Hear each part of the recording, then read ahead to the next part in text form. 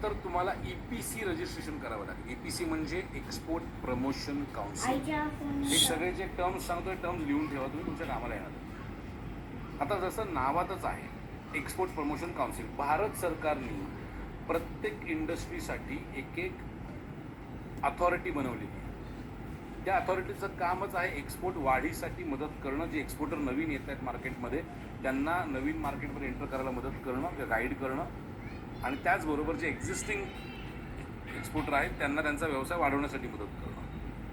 ह्या काउन्सिलकडे जसं तुम्ही ॲग्रिकल्चरमध्ये जर काम केलं तर ॲग्रिकल्चरसाठीची EPC आहे, तिचं नाव आहे अपेडा.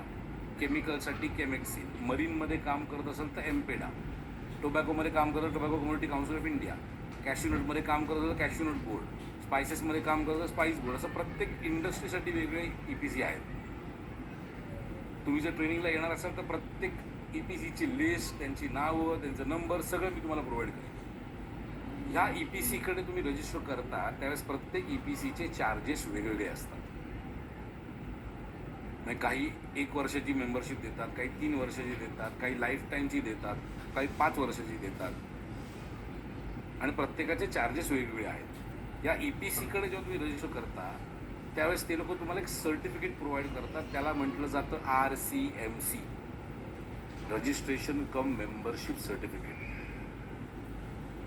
रजिस्ट्रेशन कम मेंबरशिप सर्टिफिकेट.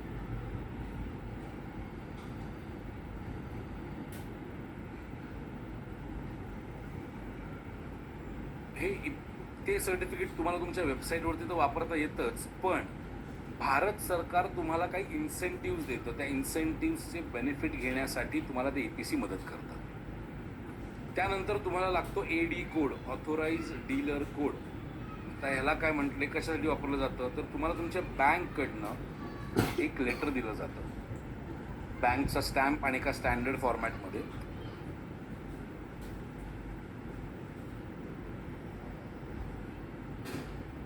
बँकचा फॉर्मॅट आणि एका स्टँडर्ड फॉर्मॅटमध्ये, आणि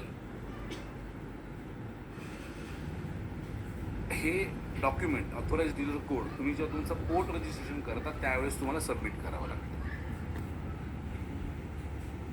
असं हे तुम्हाला बँककडनं मिळतं. आता सगळ्यात महत्त्वाची गोष्ट, तुम्ही माझ्याकडनं ट्रेनिंग घेऊन पुढे गेलात तर मी या सिस्टीम देईनच, पण जरी तुम्ही माझ्यावर नाही आलात तर लक्षात ठेवा, जेव्हा बँककडे जाता तेव्हा अनेक बँक AD कोडसाठी पैसे चार्ज करतात. जर एखाद्या बँकवाल्याने तुम्हाला सांगितलं की AD कोडची अमुक अमुक किंमत आहे, त्याला सांगा मला 2018चा गव्हर्नमेंटची जी GR आहे त्याची कॉपी दाखव, कारण 2018च्या गव्हर्नमेंटच्या GRमध्ये क्लिअरली मेन्शन आहे AD कोडसाठी कुठलेही चार्जेस लागत नाहीत. क्लिअर आहे? Yes no? उगाचच पैसे देऊन फसू नका,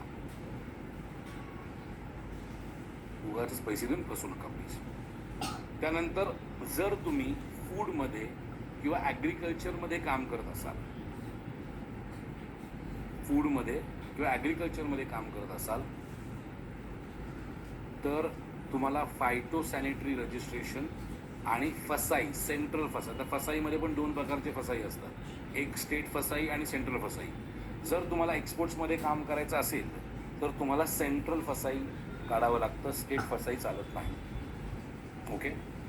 AD कोडच्या बाबतीत परत एकदा रिपीट करतो, AD कोड म्हणजे ऑथोराइज डीलर कोड. बँकच्या लेटरवरती बँक तुम्हाला एक फॉर्मॅट देतं, बँकचं स्टॅम्प करतं की तुम्ही त्यांच्याकडे ऑथोराइज्ड रजिस्टर्ड आहात. ते लेटर घेऊन तुम्हाला तुमच्या पोर्टवरती द्यावं लागतं. पोर्ट रजिस्ट्रेशन करत असताना AD कोडसाठी कुठलेही चार्जेस घेतले जात नाही. जर कुठल्या बँकरनी पैसे मागितले तर त्याला सांगा गव्हर्नमेंटचा GR याच्या चार्जेसबद्दल काय आहे तो दे. क्लिअर नाव? थँक्यू. त्यानंतर तुम्हाला लागेल करंट बँक अकाउंट. लक्षात ठेवा, तुम्हाला तुमच्या कंपनीच्या नावाचं करंट अकाउंट लागेल. बँकिंग कुठल्या बँकेत असावं, तर अशा बँकेमध्ये असावं जिथे ट्रेड डिपार्टमेंट आहे आणि नॅशनलाइज्ड किंवा इंटरनॅशनल बँक असावी. नॅशनलाइज्ड किंवा इंटरनॅशनल बँक असावी. कृपा करून पतपेढीमध्ये अकाउंट काढायला जाऊ नका, काही कामाचं नाही आहे ते. क्लिअर आहे? Yes no? सो ह्या सगळ्या गोष्टी झाल्या म्हणजे तुमची एक्सपोर्ट इम्पोर्ट इंडस्ट्रीची तुमची कंपनी उभी राहिली. सो तुमच्यापैकी ज्यांना कोणाला याचा स्क्रीनशॉट घ्यायचा असेल त्यांनी प्लीज स्क्रीनशॉट घ्या. स्क्रीनशॉट घेऊन झाल्यानंतर डन कमेंट करायला विसरू नका. कोणीतरी एक व्यक्ती आहे, तो कपडे एक्सपोर्ट करतोय, त्याच्याकडे त्याची BMW आहे, मग मी पण कपडे एक्सपोर्ट करेन आणि माझी मर्सिडीज घेईन, या माइंडसेटमध्ये प्रोडक्ट सिलेक्ट करतात. किंवा कोणतरी एक काका आहे, कोणतरी एक मामा आहे, त्याची मॅन्युफॅक्चरिंग युनिट आहे, तो मला बोलला माझंच प्रोडक्ट एक्सपोर्ट कर, मग मी तेच प्रोडक्ट निवडतो. ह्या चुका करू नका प्लीज, ह्या चुका करू नका प्लीज. प्रोडक्ट सिलेक्शन करत असताना प्रोडक्ट सिलेक्शनचे काही क्रायटेरिया आहेत. शंतनू, तुमचा मेसेज वाचलाय मी. एकच मेसेज नका सारखा पाठवू. मला आता माझा तुमच्यापर्यंत जे ट्रेनिंग द्यायचे काही ठराविक क्रायटेरिया तुमच्या लक्षात ठेवणं गरजेचं आहे. त्यातला सगळ्यात पहिला आणि सगळ्यात महत्त्वाचा क्रायटेरिया आहे तो तुमचा इंटरेस्ट. अनेक वेळा लोक ट्रेंड वर्सेस पॅशनमध्ये कन्फ्यूज होतात की आत्ता ट्रेंडिंग कुठलं प्रोडक्ट आहे ते प्रोडक्ट मी करेन. असा प्रोडक्ट विचार करू नका. अशा प्रोडक्टनी विचार करू नका की आत्ता ट्रेंडिंग कुठलं आहे. आपल्याला जे प्रोडक्ट निवडायचं आहे ते असं निवडायचं आहे जे लॉंग टर्म चालेल. ऑलराईट. सो सगळ्यात पहिले आयडेंटिफाय करा तुमचा इंटरेस्ट काय आहे. त्यानंतर तुम्हाला ज्या प्रोडक्टमध्ये किंवा सर्व्हिसमध्ये इंटरेस्ट आहे त्या प्रोडक्टला किंवा सर्व्हिसला आंतरराष्ट्रीय बाजारपेठेमध्ये मागणी आहे का. आता प्रश्न येतो की ही मागणी आहे की नाही, मी कसं आयडेंटिफाय करू शकतो. सो त्यासाठी वेबसाईट आहे commerce.gov.in. commerce.gov.in या वेबसाईटवरती जाऊन तुम्ही चेक करू शकता की तुम्ही जे प्रोडक्ट निवडलं आहे ते प्रोडक्ट किती प्रमाणात भारतातून एक्सपोर्ट होतं, त्याच्यावर तुमच्या लक्षात येईल की मागणी किती आहे.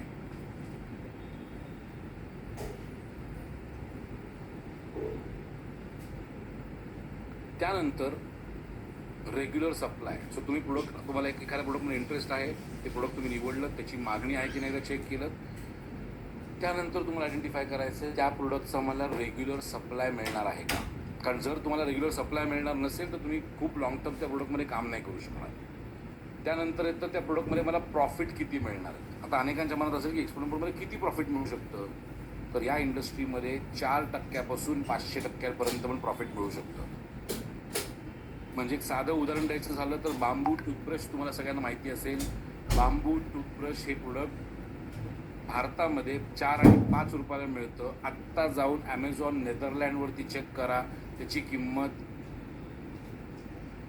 एका युरोची कॉस्ट आपल्याकडे 100 रुपये आहे, त्याची किंमत 9 युरो आहे. एक साधं उदाहरण आहे. सो प्रॉफिट मार्जिन्सला लिमिटेशन्स नाही आहेत या इंडस्ट्रीमध्ये. त्यानंतर गव्हर्नमेंटचे इन्सेंटिव्ह. आता सगळ्यात महत्त्वाचं एक्सपोर्ट इम्पोर्ट बिझनेसमध्ये येण्याचा सगळ्यात मोठा बेनिफिट तो म्हणजे जेव्हा तुम्ही या बिझनेसमध्ये येता त्यावेळेस तुम्ही बाहेरच्या देशातला पैसा आपल्या देशामध्ये आणताय, त्याच्यासाठी गव्हर्नमेंट ऑफ इंडिया तुम्हाला इन्सेंटिव्ज देतं. आणि इन्सेंटिव्ज किती असतात तर अगदी 10% अगदी 2% ते अगदी 20% इन्सेंटिव्ह दिले जातात. म्हणजे काय तर समजा तुम्ही 1 लाख रुपयाचं प्रोडक्ट एक्सपोर्ट केलं तर 1 लाख रुपयामध्ये तुमचं प्रॉफिट 1 रुपया असो किंवा 99,000 रुपये असो, तुमच्या प्रोडक्टवरती गव्हर्नमेंटनी जे इन्सेंटिव्ह दिला आहे 10%, तर तुम्हाला 10,000 रुपये एक्स्ट्रा इन्कम मिळणारच आहे. सो तुमचं इन्सेंटिव्ज हे एक्स्ट्रा इन्कम आहे तुमचं. आणि ऑलमोस्ट सगळ्या प्रोडक्टला गव्हर्नमेंट इन्सेंटिव्ज देतं. त्यानंतर तुम्हाला समजून घ्यावं लागेल तुमचं जे प्रोडक्ट आहे त्याच्यामध्ये जर कुठलंही असं प्रोडक्ट जे शरीराच्या आतमध्ये किंवा शरीराच्या वरती वापरलं जात असेल, माणसाच्या किंवा जनावरांच्या, तर त्याच्यामधले इन्ग्रेडियंट तुम्हाला समजून घेणं गरजेचं आहे की त्याच्यामध्ये एखादं हॅझार्डस म्हणजे हानिकारक किंवा प्रोहिबिटेड असं कुठलं इन्सेंटिव्ह नाही आहे, असं कुठलं इन्ग्रेडियंट नाही आहे ना, हे तुम्हाला समजून घ्यावं लागेल. त्यानंतर इन्व्हेस्टमेंट कॅपॅसिटी सगळ्यात महत्त्वाचा फॅक्टर. प्रोडक्ट सिलेक्शनचा सगळ्यात महत्त्वाचा फॅक्टर ते म्हणजे तुमची इन्व्हेस्टमेंट कॅपॅसिटी. तुमची इन्व्हेस्टमेंट कॅपॅसिटी आहे 10,000 रुपये. तुम्ही विचार करता मी एक कंट्रीमधून सोनं एक्सपोर्ट करेन, तर पॉसिबल नाही होणार आहे. किती इन्व्हेस्टमेंट कॅपॅसिटीमध्ये तुम्ही काय काय करू शकता याचा ऑलरेडी तुम्हाला मी अंदाज दिलेला आहे लक्षात सगळ्यांच्या. किती इन्व्हेस्टमेंटमध्ये तुम्ही काय काय करू शकता.